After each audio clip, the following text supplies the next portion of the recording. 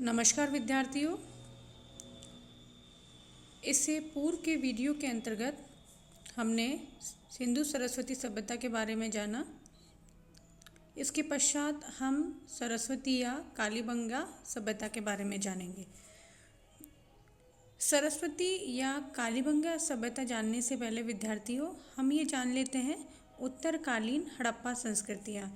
तो उत्तरकालीन हड़प्पा संस्कृतियों से तात्पर्य क्या है कि जब सिंधु सरस्वती सभ्यता जब 22वीं या 19वीं शती के आसपास में अपने चरमोत्कर्ष पर पहुंच चुकी थी, और उसके पश्चात हम देखेंगे कि सिंधु सरस्वती सभ्यता के जो मुख्य केंद्र थे उस पर जो है उसका ह्रास होने लग गया था, उनका पतन होने लग गया था। उसी के पैरेलल राजस्थान के अंतर्गत पंजाब, हरियाणा, काठियावाड़ आदि कई जगह पर हमें हड़प्पा बस्तियों के अवशेष मिलते हैं। भारत के विभिन्न भागों में इस प्रकार के अवशेष मिलते हैं और कुछ में ताम्रपाषाण काल के जो अवशेष हैं या उसके प्रति जो निकटता है वो हमें ज़्यादा देखने को मिलती है। इस काल के अंतर्गत पुरातात्विक खोजों, जिसके अंतर्गत मध्य तथा पश्चिमी भारत में जो विकसित जो हड़प्पा परंपरा है उसका प्रभाव हमें देखने को मिलता है। और इसमें विशेष रूप से हम देखेंगे इस प्रभाव के अंतर्गत राजस्थान के अंतर्गत कालीबंगा। तो विद्यार्थियों हम सबसे पहले जान लेते हैं कि ये सभ्यता की जो प्रमुख विशेषता है ये है कि ये सभ्यता राजस्थान के अंतर्गत है। विद्यार्थियों जब हम इसका जो प्रथम भाग पढ़ रहे हैं BA फर्स्ट ईयर के अंतर्गत, इसका जो सेकंड भाग जो हम पढ़ेंगे इतिहास का, राजस्थान का इतिहास, वहाँ पर भी कालीबंगा के बारे में दिया गया है। जब राजस्थान की सभ्यता हम पढ़ेंगे तो विद्यार्थी यहाँ पर आपको जो है विशेष रूप से, क्योंकि ये दोनों जगह काम आ जाएगा, इसलिए आपको यहीं पर इसको अच्छे से समझ लेना अत्यावश्यक होगा। तो विद्यार्थियों हम बात करते हैं हम कालीबंगा सभ्यता की।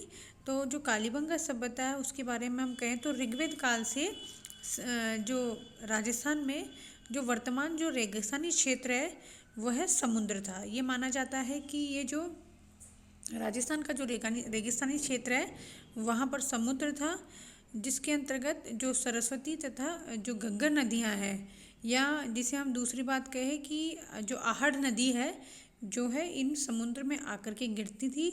और ये भी माना जाता है कि जो प्राचीन ऋषि मुनि हैं वो यहीं पर जो ऋग्वेद के कुछ मंडल हैं उनकी रचना उन्होंने इसी समुद्र के आसपास की थी। और ऋग्वेद में सरस्वती एवं मरु दोनों का उल्लेख मिलता है। इसलिए कालीबंगा सभ्यता को, क्योंकि ये सरस्वती नदी के आसपास के पनपी थी, इसलिए इसे सरस्वती सभ्यता भी कहा जाता है। अब विद्यार्थियों हम आगे बात करते हैं सरस्वती सभ्यता के कालक्रम की बात करते हैं।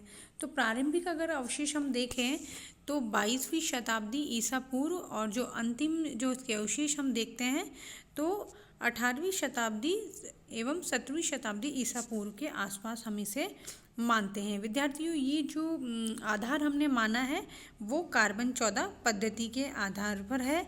हालांकि विद्वानों में इस बात को लेकर के विरोधाभास भी है, लेकिन एक मानक जो हम बात बता रहे हैं वो मानी जाती है कि सरस्वती सभ्यता का जो प्रारंभिक स्तर अगर हम देखेंगे तो 22वीं शताब्दी ईसा पूर्व, और अंतिम स्तर हम देखेंगे तो 18वीं एवं 17वीं शताब्दी ईसा पूर्व के आसपास का हमने इसको माना है। तो इसके बाद विद्यार्थियों आगे हम बात करें वो है कि जब ये सरस्वती सभ्यता के आसपास अगर हम ये विकसित हो रही थी कालीबंगा सभ्यता, लेकिन ये जो सभ्यता है इसका जो अंतिम स्तर है 18वीं शताब्दी ईसा पूर्व, उसके पश्चात अगर हम देखते हैं तो प्राकृतिक कारणों से दुर्भाग्यवश ये सरस्वती नदी है वो लुप्त हो जाती है, और इसी के कारण इस सभ्यता का ह्रास हो जाता है, पतन हो जाता है। सरस्वती नदी के जो लुप्त है उसके होने का उल्लेख हमें पुराणों में भी मिलता है। और डॉक्टर गोपीनाथ शर्मा है, उन्होंने अपना जो रिसर्च किया है उस रिसर्च में कहा है कि संभवतः भूचाल या कच्छ के रण के अंतर्गत जो रेत भर जाने के कारण ऐसा हुआ, जो समुद्री हवाएं चली, जो नमी लाती थी, वर्षा का कारण बनती थी, वे हवाएं सूखी चलने लगी और कालांतर में ये भूभाग क्या हो गया, रेत का समुद्र बन गया। ऐसा जो है गोपीनाथ शर्मा है उन्होंने अपने रिसर्च में कहा है। इन नदियों के जो कांठे में सर्वाधिक महत्वपूर्ण था कालीबंगा, और कालीबंगा जो है वर्तमान में विद्यार्थियों कई बार कॉम्पिटिटिव एग्जाम में पूछा गया है।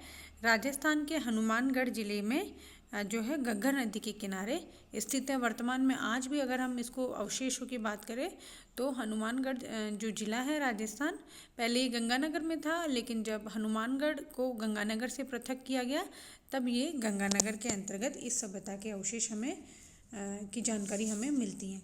अब बात करते हैं विद्यार्थियों हम आगे इसके उत्खनन की कार्य की कि उसका उत्खनन कब और किन परिस्थितियों में हुआ, तो उसके बारे में हम देखेंगे कि जो कालीबंगा है इसकी सभ्यता की जानकारी भारत सरकार के जो पुरातत्व विभाग है उसके कई चरणों के अंतर्गत इसका क्या हुआ, उत्खनन का काम हुआ। और उत्खनन के काम के अंतर्गत सबसे पहले श्री अमलानंद घोष ने 1952 ईस्वी के अंतर्गत इसकी जो है लोगों के सामने इसको लेकर के आए, और हड़प्पा सभ्यता के लगभग 2 दर्जन स्थल उन्होंने ढूंढे और उनके अंतर्गत जो प्रमुख था वो था कालीबंगा। उसके पश्चात 1961 से लेकर के 1969 तक के मध्य में इस स्थल पर जो खुदाई की गई वो की गई डॉक्टर बी लाल और के थापर के द्वारा उनके निर्देशन के अंतर्गत की गई। इसके अलावा अन्य और जो हैं पुरातत्ववेत्ता थे जिनमें MD खरे, KM श्रीवास्तव, SP जैन, ऐसे जो अनेक जो पुरातत्ववेत्ता थे जो इनके सहयोगी के रूप में इन्होंने भी सहयोग किया और इन्होंने इसके जो उत्खनन के कार्य है उसमें सहयोग किया।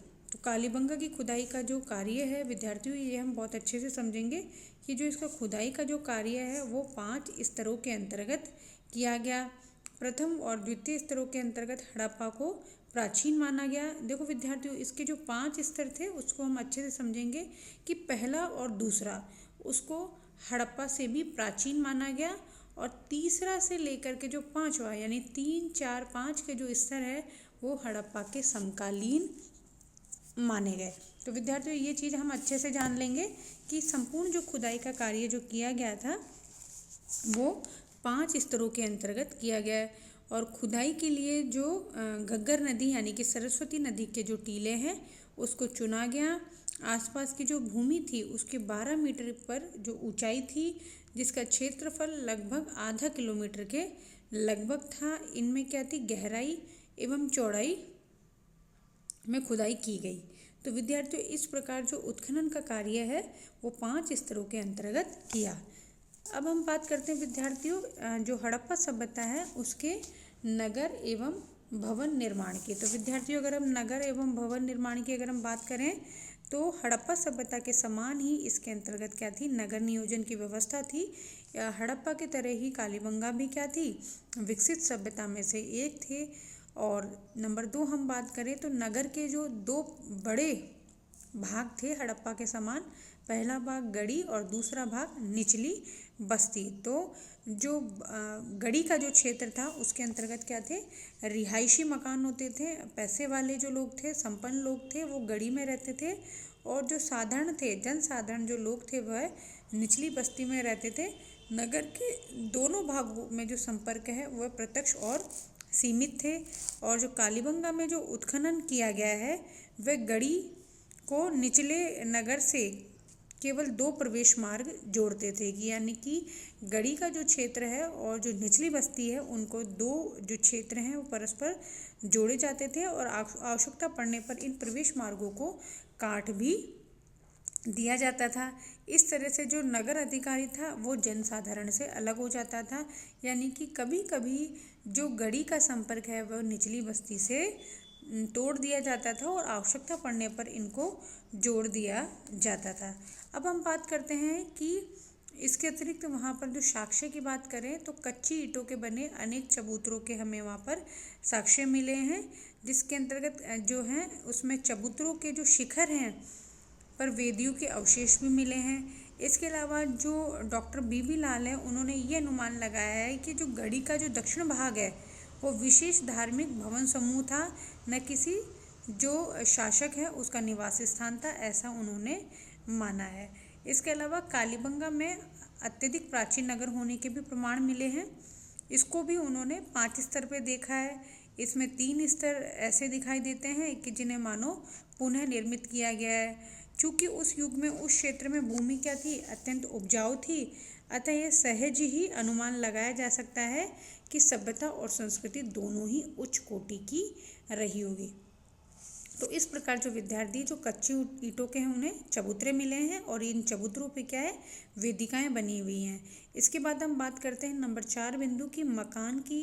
जो मकान है वो मिट्टी के ईंटों के बनाए जाते थे और खुदाई में ईंट हैं जो पकाने का भट्टा नहीं मिला है, अतः अनुमान किया जाता है कि वहाँ ईंट धूप में पकाई जाती थी। तो विद्यार्थियों से तात्पर्य क्या है कि जो मकान जो बनाए जाते थे ईंटों के थे और वो जो ईंटें थी वह खुदाई के अंतर्गत जो मिली हैं उसके अंतर्गत भट्टों का साक्ष्य नहीं मिला है। तो इसका मतलब क्या है कि जो वो ईंटें हैं धूप में पकाई जाती थी। और इन ईंटों का आकार अगर हम बात करें तो 30 गुणा 15 गुणा 7, यानी कि अगर हम लंबाई, उसकी चौड़ाई और ऊंचाई उसकी हम बात करें तो 30, यानी कि अगर हम देखें कि आगे जब हम लंबाई से चौड़ाई की बात करेंगे तो वो क्रमशः उसकी आधी होती है। देखो 30 से आधी 15 और 15 से आधी 7.5 मीटर के लगभग मानी है।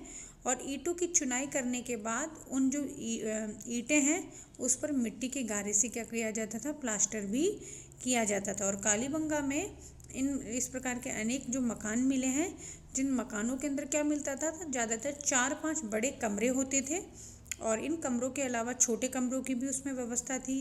और कमरों के अंतर्गत जो फर्श होती थी उस फर्श को चिकनी मिट्टी से लीपा जाता था और मकान का जो प्रवेश द्वार होता था उसके आसपास क्या कर दिया जाते थे, चबूतरे बना दिए जाते थे। और 1-2 मकान ऐसे भी मिले हैं जिनमें पक्की ईंटों के फर्श भी दिखाए गए। इससे यह अंदाज़ा लगाया जाता है कि ये साधन संपन्न लोगों का घर होगा जिन्होंने पक्की ईंटों का फर्श बनवाया। तो विद्यार्थियों इस प्रकार क्या है जो भवन निर्माण है उसकी व्यवस्था थी। इसके अलावा ईंटों के प्रयोग के अलावा अगर हम बात करें तो मकानों की छतों के लिए लकड़ी की बल्लियों का प्रयोग किया जाता था और ये जो मिट्टी की छत है वो भी तैयार की जाती थी। और कई बार जो मकानों की जो छत है उसके लिए केलू का प्रयोग भी किया जाता था। तो इससे ये अंदाज़ा लगाया जाता है कि कालीबंगा के जो निवासी है वो अपने मकान की छतों को पक्का करना नहीं जानते थे, इसलिए वो केलू का प्रयोग करते थे। या दूसरे शब्दों में हम कहें तो वह मकान की छतों को जो है पक्का करना नहीं जानते थे, इसलिए वो केलू का उपयोग करते थे। और जो मकानों की छतों पर जाने के लिए सीढ़ियाँ भी देखी गई हैं और भोजन पकाने के लिए हड़प्पा की भांति चूल्हे भी मिले हैं। चूल्हे के अवशेष भी कालीबंगा के अंतर्गत मिले हैं। इसके अलावा जो चूल्हे हैं वो ज़मीन की सतह से ऊपर और सतह के नीचे, यानी कि अगर हम बात कहें कि गड्ढा खोद कर भी और ज़मीन की सतह के ऊपर दोनों प्रकार के चूल्हे हैं हमें वहाँ पर देखने को मिले हैं कालीबंगा सभ्यता के अंतर्गत। तो विद्यार्थियों अगर हम इसकी बात करें तो हमने बात कर ली है कालीबंगा सभ्यता के कार्यक्रम की और उसके उत्खनन के कार्य की, और हमने बात करी है उसके नगर एवं भवन निर्माण की बात हम कर चुके हैं। इसके अलावा अगर हम बात करें अन्य जो सामग्री हैं उनके बारे में, अन्य सामग्री जो हैं बर्तन व अन्य सामग्री और आर्थिक जीवन और धार्मिक विश्वास, ये हम कालीबंगा के भाग 2 के अंतर्गत जानेंगे।